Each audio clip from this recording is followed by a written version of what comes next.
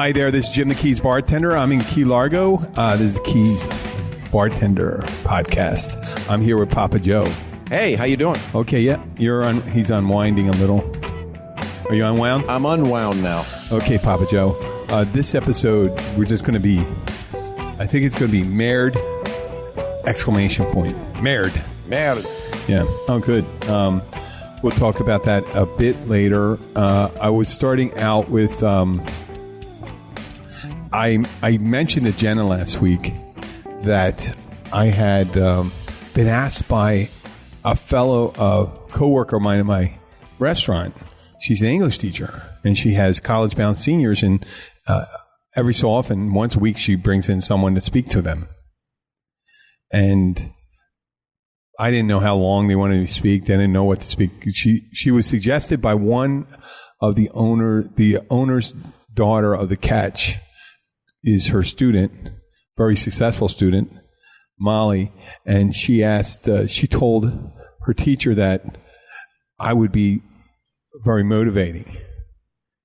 And they asked me to do it, so I came up and I'm thinking about a subject, and it's something that would be useful to a high school senior and all that. And what I did was I spoke about resilience, how important it was, that you're going to have obstacles in lives and you're going to be able to come back. And I talked about it ad nauseum in a previous episode, but I did forget one thing. It was very well received, and I got the feedback. The feedback, they were quiet, very attentive, and I got feedback from them when I was talking to them.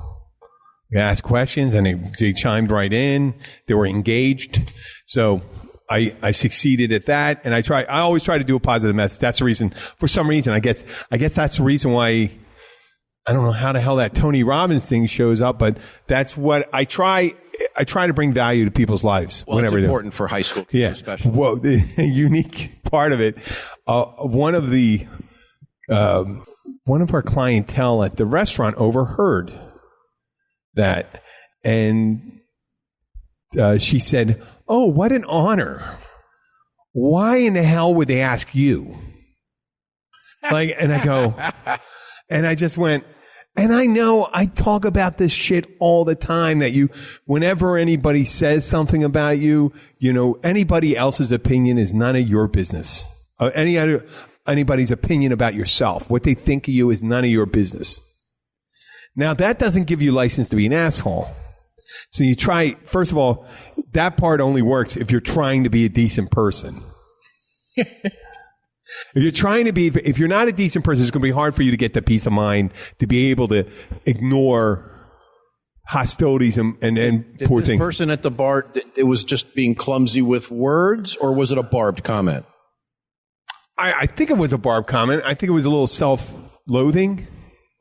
Like they say, failed. The woman was a bit older than me, and she may have had issue with it, or maybe I should be, or something like that. And she goes, well, you're like she actually said, I think one of the things that followed was, you're like the opposite of someone that should go in and talk to seniors. What are you going to talk about? And I said, I go like this. You know what I'm going to talk about? I'm going to be talking about how to get fucked up real quick, how to make fake IDs. How to sneak into bars, how to pull bar pranks on people. What the fuck do you think I'm going to say to people? What do you think I'm going to talk about? Oh, that's great. Why you're college-bound seniors. Why don't you ditch the engineering class and just become a bartender? Which, some of them may become bartenders and stuff like that. Which, hey. It may not be a bad idea. It's not, hey, it works for me. It works for me what I do. I could do a lot of other things that pay more and I get more time off, but the things I like to do, and it's like having a little, wherever I work, I say, listen, you're going to have to put up with several things. I have lots of opinions. I'm an opinionated person. I'm an opinionated person. It's only recently I understand that I don't have to be insulted when people don't accept my opinions. It's only a recent development for me that I can mentally handle disagreement. I used to be able to topically handle it and go, let's agree to disagree, you asshole. You know what I mean? Right now, it's like, well, yeah, it's the variety's the spice of life. Some of my best friends disagree with me vehemently. Now, there's certain things I will not. You know, the things about being a good person, decency, common decency. Yeah, why would you come No one should, I would have. There's no, well, your behavior belies your words, right? So this lady says all these things like I'm the opposite and all that stuff. And right after she said that, I'm like, whoa, did that affect me? It went right against that. One of those primary tenets I try to hold to. Other people's opinions on myself is none of my business. And I took it to heart for 15 minutes. 15 minutes, which is a long time. Yeah. And I go, fuck. And there was other things I'm thinking, I just want to do that. Someone had done something at work last week. I don't want to say it because of current work and stuff like that. And it had caused me an ongoing loss of income. And it was intentional. Oh. And I have to work with the person. So I could have been, and it was addressed. It was addressed this week. And I could be resentful about the history and dig into how long and what and this and that. And then just feel like shit and have eventually not get along, cause disruption or something like that. Or I can just go, it's a theory. You know, you may call me a pussy. It's called radical forgiveness. You go, it's like, go for it. I mean, I'm not a churchgoer, but there was one thing I like about Christianity, right? One of the things is, after you're baptized, go forth. You know, you're washed of your sins. Go forth and sin no more. Isn't that, go forth, go, you know what? This is it. This is the payment for it. Go forth and sin no more. I'm done with it. I'm not saying I'm done with you. I'm done with it. Right? I know. And you can't do it. You can't do that for everything. Obviously, if someone means you evil intent or can hurt you. No, I would use the Tao instead of that. You know, either way, we're going to be talking about forgiveness. There is a great forwarding of oneself. When you forgive someone, you begin to see things that you would not have normally seen because you've let go of the hate, the rage, the anger. And when those filters come off your eyes, you'd be surprised. I felt so much better. Opportunity. I felt so much better, especially with that one, positive. the previous one. I could go and say, hey, listen, you're going to have to earn my trust again. I'm going to do these punitive things. You know, all this bullshit stuff. Yeah, and I go, wait a second. That doesn't further you any. What? It doesn't further It doesn't further. It doesn't further the environment I want to be in. It makes me feel negative. I know it sounds like some of you people would say, you know, it's best to approach something and settle it right there. You know, if you're going to, you know, somebody pisses you off, I'm just going to go and fuck them up, you know, or do whatever people do, the disruptors out there, and for certain things, injustices, it makes sense to be a disruptor, but in personal life, it doesn't really help. Sometimes just being you is the disruption. And what's great about that is when you stand for what you stand for. You're coming from the heart. You stand for who you are, right? You're an honest person. You're just doing what you do. Sometimes that's disruptive to people like this woman, where all you said was, I was asked to go speak to some kids. Ooh, there was a reaction. There's now ripples across her pond, so to speak. You can't control that. All you could do is either choose to react or choose not to react. But in doing either of those, there's an internal reference. Yeah. I'm going to react because you're a dumb bitch and I'm going to shit on you. Or I'm going to choose not to react because I've not walked in your shoes. Mm-hmm. I don't know your pain. I don't know your reference. And so what's more important to me is I'm going to go talk to these kids. Yeah, yeah. And whether you think highly of it or not. It was funny. For the topic I was picking, it was directly attributable to the qualities you need to have when you feel like you've been put down or cast aspersions or cast on you. It really speaks to that, and being able to come back to that peace of mind. We just started about 10 minutes ago. The owner has returned of the Kelly Kon-Tiki. Jenna has arrived. Yeah. Kon-Tiki Resort here in central Key Largo. I won't say north anymore because there's plenty of north above us. So that's really been helping me. It's when you're driving down the road and someone does an asshole move, you know, like you really don't know. They could be having a fucking heart attack. They could be having a screaming fight. There could be a bee on them or something like that. I don't know what the fuck's going on.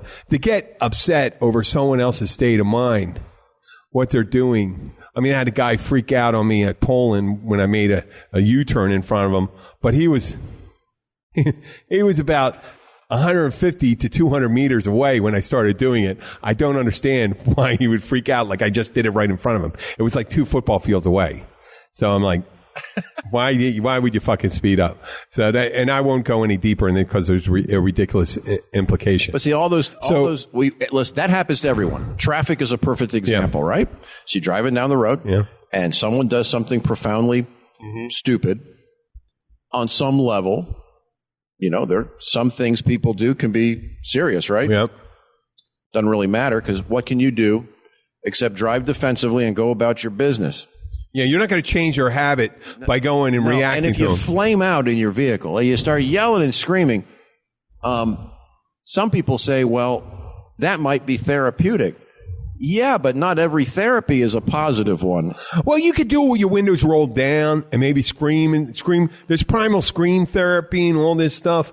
But getting out, diffusing it by not referencing a past injustice. This reminds me of something else. Everyone has their coping mechanism. Yeah, primal screams I don't see happening too often. Rage I see happening all rage. If it brings you to the place where you're, it's all telling like a lie detector. A thing that brings your pulse down and your brain waves and slows down your thinking and all those things. Well, obviously you got to be quick thinking when shit goes on in front of you in the road. But those things are telling when you're calming down and you're actually doing something. You realize you're doing something that helps you. You realize, and you can't, and it's really maddening when you can't get the person, your significant other, to calm down. And sometimes asking someone to calm down is as difficult. It's like doing the opposite. It's like putting gas on the fire. Yeah, I know. Sometimes. Well, to me, it's like I think what I'm saying is you're making a judgment on their concern, their level of importance they're putting on this issue, and you're going, it's not that important.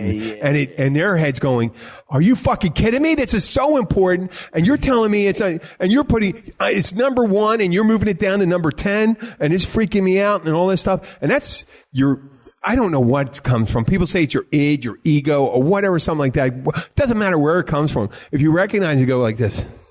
This, right now, this is important to me, but will it be important to me tomorrow, day after tomorrow? Is that a sham? I don't know.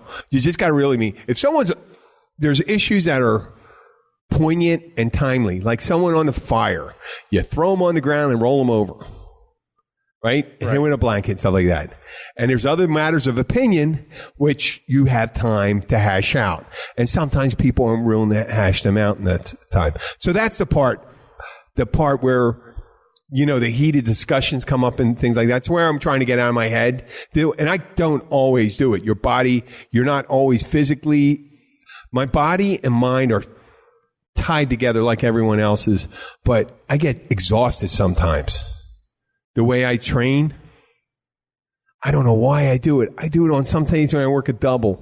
I'm 56 years old, and I'll work out for 2 hours, and then I'll go to work. And then I forget, hey, Jim, your work's your workout. You're working for 12 hours. You don't have to fucking go to the gym. Go to the gym on your day off. Yeah, that might help you, huh? Yeah, that's what, it's just common sense. I just think, and you know what, Jim? You're not going to look like a 22-year-old guy. But it'd be all right. I just want to look like a great 56-year-old guy. And maybe that makes into a great looking 56-year-old guy may look like he's 44. So I don't know. Whatever. I don't know. Yeah, I don't know. Who am I to You judge? just want to be in shape. We would change the subject before. Hopefully, Jenna can come on. This is, we're going to may have to talk about this a little longer. But I had a Jehovah's Witness come and visit me the other day. Yeah, no, but that's not the married part. That'll be after break. Married for me, yeah, buddy. Jehovah's Witness. Now, I had a really long, there was this older African-American gentleman, black gentleman, used to come around, Ray. I love Ray. He was a Jehovah's Witness. He'd come in. He'd bring the people that he trained to my house. And people say, what are you doing it? You're letting him in. I said, well, I'm being nice. I said, I'm not. What do you think? What do you think if I'm going to convert? Like if I can have a gay friend and not, hang out the weekend with him and not be gay at the end of the week. Not that that's a bad thing. And not that being a Jehovah's Witness maybe, because I have some interesting, we'll talk about it as break. I have some interesting, no, it's all tied into this. But I talked to Ray, and Ray was a wonderful guy. I hope he's still around. I haven't seen him in a couple years. But he used to come in. I used to offer him water and all that stuff.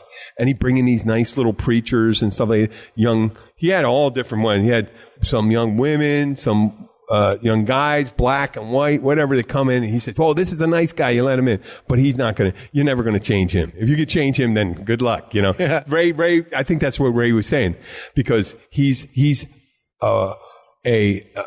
what do you call that? A Catholic, lapsed Catholic that had enough of this shit. I hope I didn't want to try to convince. I said, man, I better not make my arguments too good, right? I'm trying to go, okay, I'm listening to it. And the shit they're telling me something like you tell an 8th grader, they had cartoons and they show me things and they ask me yes questions. Well, wouldn't you like to be there? And I say, yeah, I'd like Santa Claus to come down with a load of presents for me too. Well, how's that likely that's going to happen? So while he's doing this over weeks, so this guy comes in and he starts asking me this stuff, and he's not like Ray at all. He goes right in, well, you got to do this in order to go like, I said, you're going with the hard sell. I know your whole thing. There are only 144,000 anointed ones that will rule in heaven with Jesus. Now, currently, and I said to this guy, because I stay up on my most of my thing, I think there's a little over 8 million adherents, Jehovah's Witnesses, right? That's a lot of goodbyes coming Yeah. And that's the people that are alive. So maybe there was 20 million total of Jehovah's Witnesses that have died since 1880, 1870, 1880 was created. Since then, I think maybe 20 million adherents have lived and died as a Jehovah's Witness. 20 million. Less than Christ. If you do that right, I think that would be less than 1% of the people would be about 0.8%. 1 out of 130, 140 get to the top level.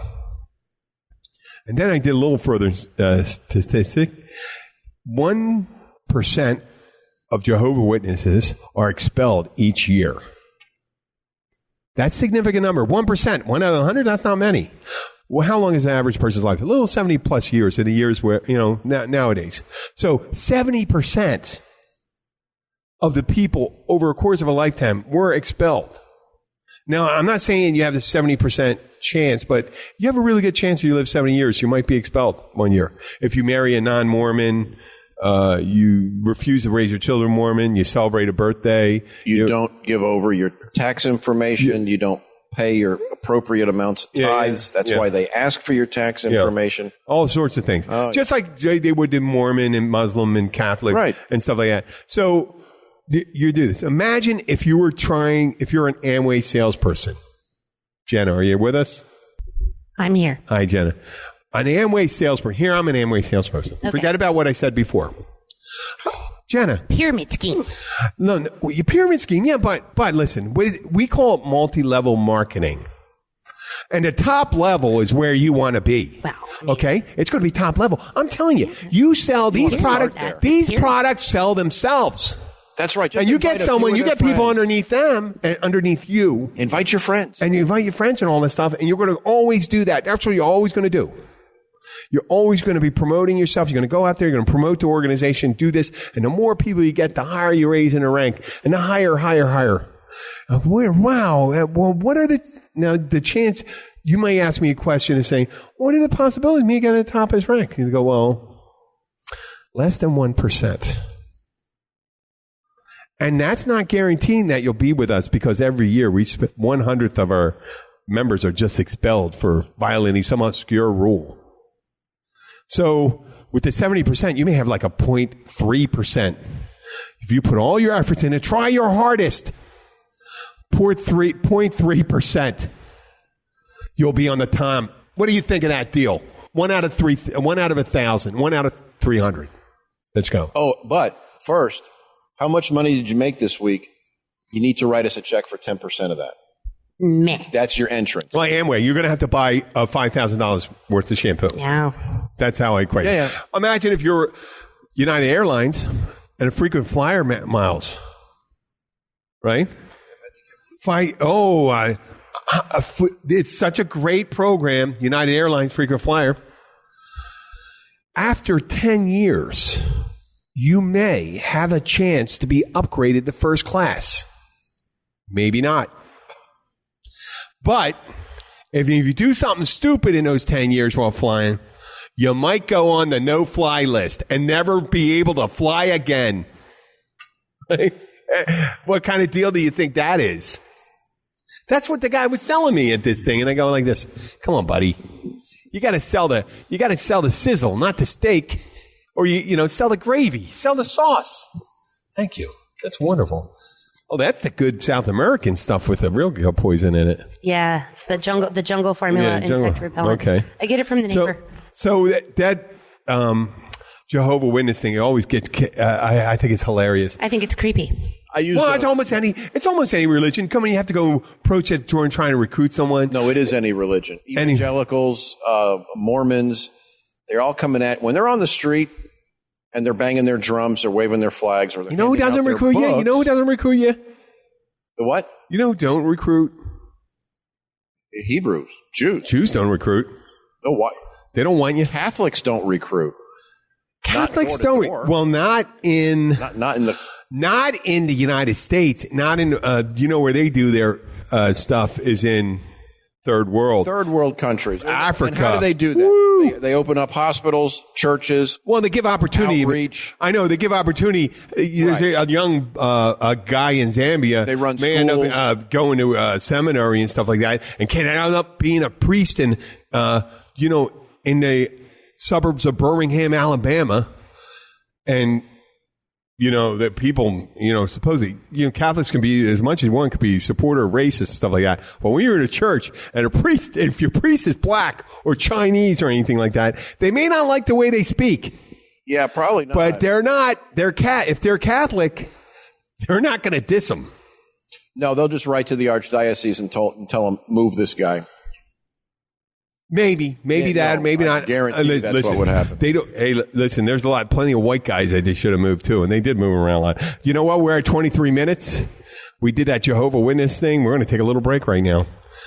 So, what do you think? Everyone play your tambourines on the break. Okay.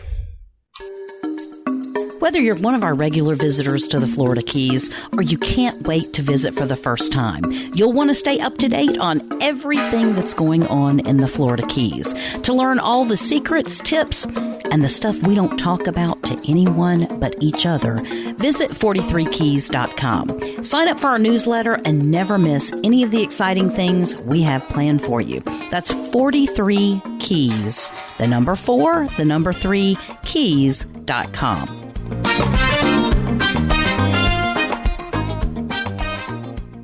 Very exciting middle part of this thing. We were having the break conversation. The break conversation. We were just went into the Jehovah's Witness, and I don't want to pick on the Jehovah's Witness, but this was Papa Joe. Tell me the story right here. Well, we live in a neighborhood that has a very active Jehovah's Witness hall, and they're same neighborhood.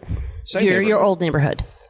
No, this neighborhood. Oh, that was here? Oh, I had more. It's less than a mile. It's a half a mile south of here. Yeah. Kingdom Hall. Yeah. No, listen. It's a small town. They're good people. They're good people. Yeah. When they came to the house, They're real nice. And I, like you, I don't turn them away. I'm not nasty to them. They handed you the Watchtower. No, it wasn't the Watchtower. It was a book. Here was the book. The book was it that comic book? Jesus for Atheists, essentially. And how, in other words, the premise of the book is we're going to prove to you Jesus was real. This is written for you who doesn't believe in anything. Now, that's the book they gave me. And so I read it. And it was just filled with metaphor and stories. And there, of course, there were biblical passages. And I read the Bible. I still do. And you know what? Just so you know about the Bible, as a literary piece, it's very disassociative. The ideas are disconnected, and the plot lines do not follow directly through. They jump around a lot. That's just what you know. I'll tell you, what's his name? L. Ron Tolkien, when he created his thing, he streamlined that thing. So did Lenin. Yeah, streamlined it. So did Lenin. All made up. Listen, it's a book that you can morph it into whatever you want it to. So they handed me the book. I read the book. I told them I would. I read it. I made my notes. And I said, well, I actually have two books that get right to the point on truth and religion. And Thomas Paine wrote both of them. And so Rights of Man and Common Sense. And so I handed that to them and I said, I want you to read this. And they were very resistant to reading something. And I said, well, maybe you shouldn't be that resistant. Read them. It's going to challenge what you believe. If you believe honestly that this is the truth that you believe, then your beliefs will be resistant to that. The to a interesting challenge. point, that one particular point where people aren't allowed to investigate a supposed other line of reasoning because it is, it will make it spiritually unsound. It's a gateway for Satan or They consider it poisonous. yes. Imagine anything. If you go and read Karl Marx. No, can you read Karl Marx? Can you read Karl Marx without becoming a communist? Of course you Absolutely. Can you read Mein Kampf without being a Nazi? Yep. Okay. So, I mean, if that's all you feed yourself on, and we just mentioned this before, and you were talking about the circle of logic, that they use the confirmation of someone writing, saying this is the person. And the only way to prove the fact is coming back to another writing that says this is the person. It's a solipsism. It's Jesus is a stories that were eventually written, and by the way, written after Christ for the most part. The experience of Christ was written well after he was dead. And as a result of them being written, therefore they're true. No, that's circular thought. That's twisted logic. That doesn't mean they're true. It just means that the great stories that were eventually written down. And then people selected and put in a compilation because the King James Bible and the Catholic Bible and all that stuff they're selecting for. And it's a translation of a translation of a translation. Oh, yeah. And so where they go, the final thing is going, what's the final thing? What do they say? They're all written by different people as well. No, what do they say? What do they call it then? What's the umbrella thing that makes it all good? Divine inspiration. It's divine inspiration. Divine inspiration. Joseph Smith reading through the bottom of the magic hat, through the golden rocks or secret rocks, the seeing stones, right, or whatever stuff like that. Whatever the burning bush. God told me there was a burning bush. Here's the rocks. Oh, they broke. Here's a bunch of sand. But I'll tell you what was on those lists. There are 10 words. 10 commandments. There were 5, 6, 7, 8, 9. No, there's 10 commandments. Definitely 10 commandments. Maybe 12. No, 10. The most important, by the way, the most important message that God was going to give Israel, 7 of them were property crimes. Yep. I'm sorry. You don't hold my attention when you pull shit like that. So, and they made God look like a very angry prom queen.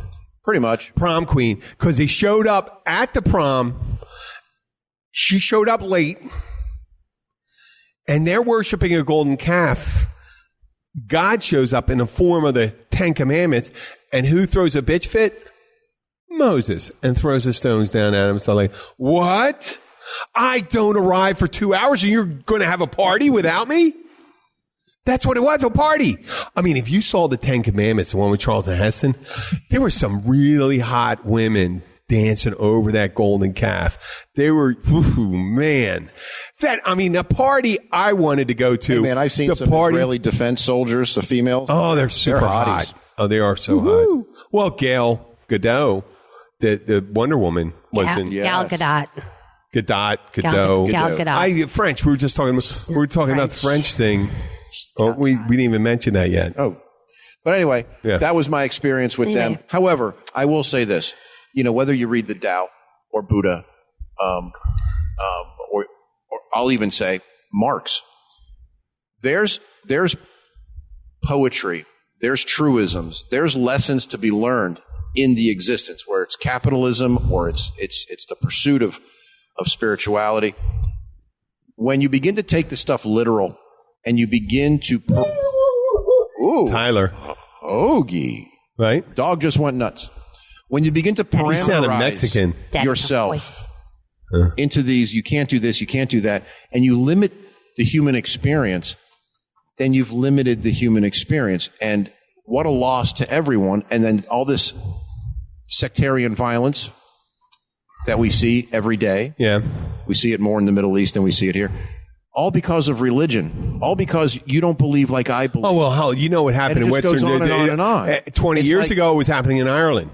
And it's like our politics here, which are married. They follow the same themes. Our political discourse here is now religious discourse. They're inseparable. Not that they talk about religion. They follow the same themes. If you're either with us or against us. If you're not in this camp, then you're an alien to be... What do they say now? You're not American if you're not with us, or you're a traitor if you're not. Well, they throw that with the people that are the biggest proponents of it.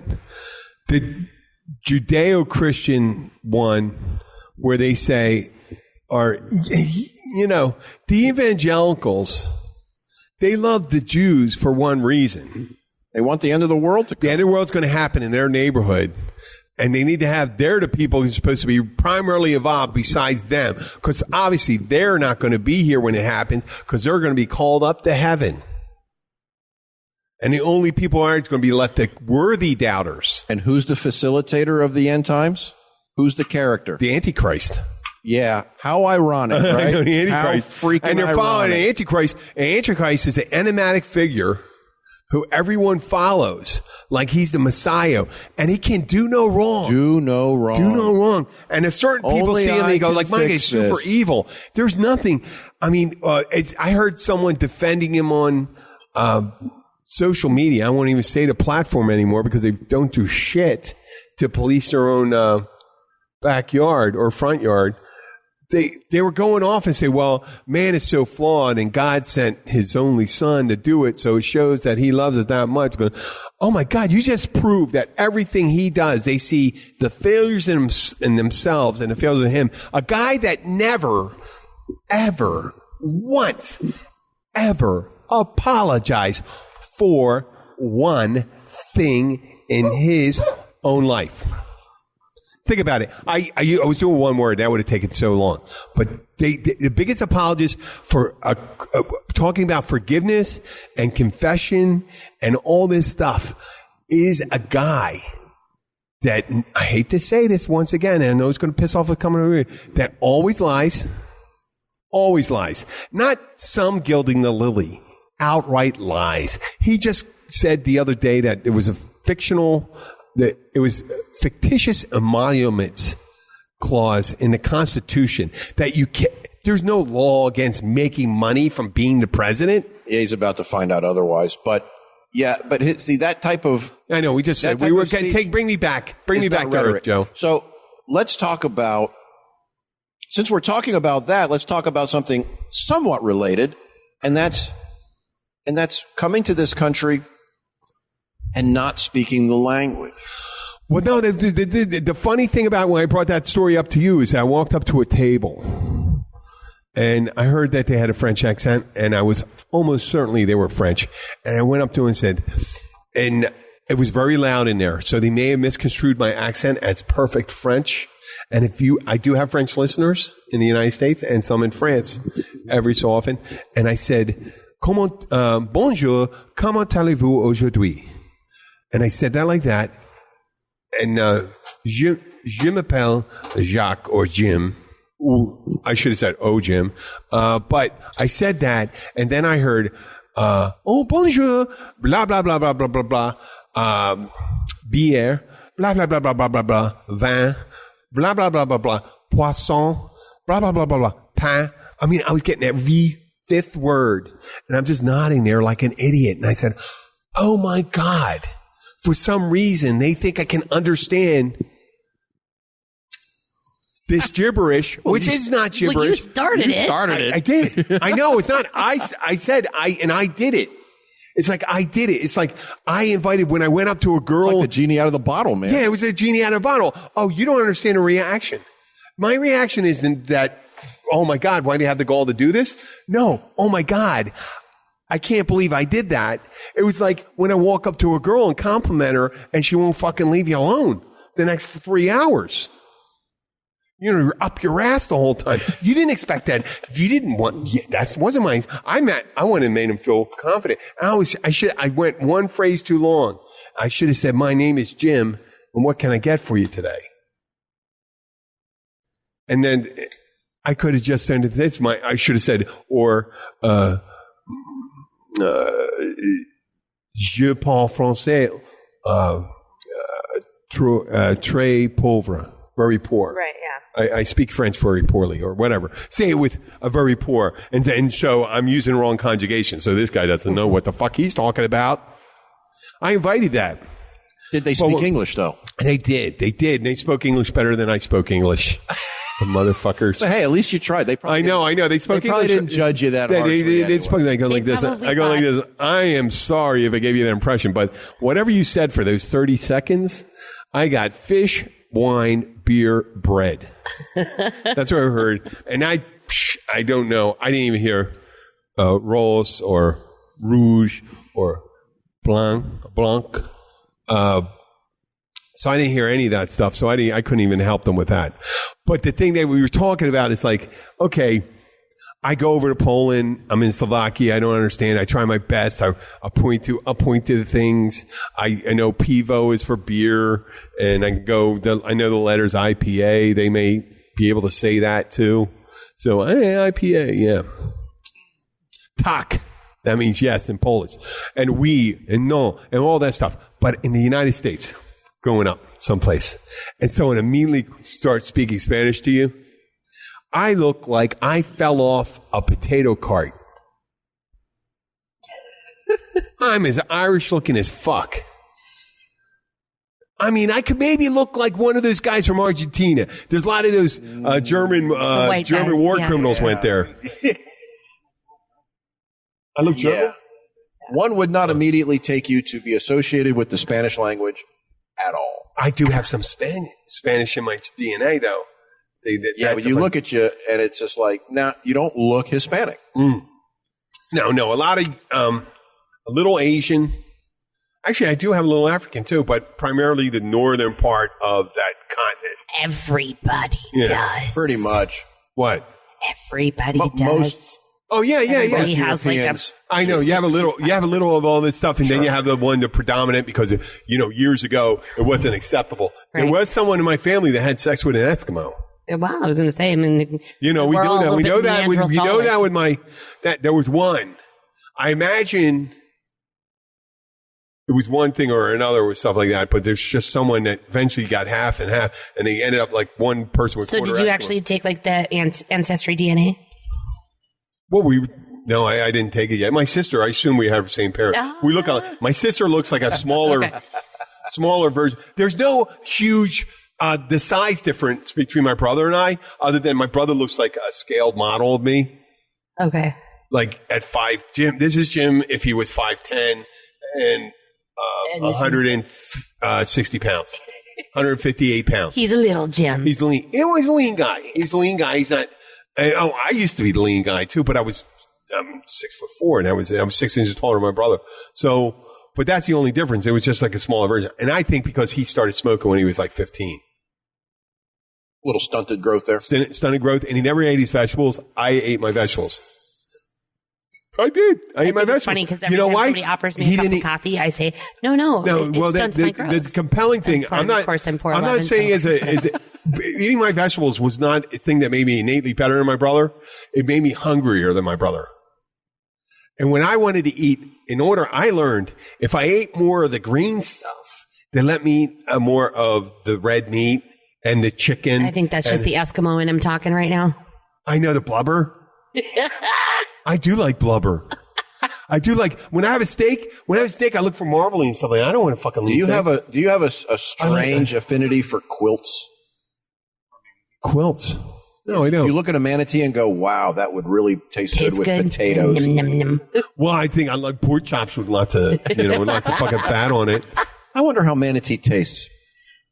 That's what Tyler it's a mammal. said too. It's a mammal. It would be close to seal and stuff like that. They used to call them sea cows because they used to eat them.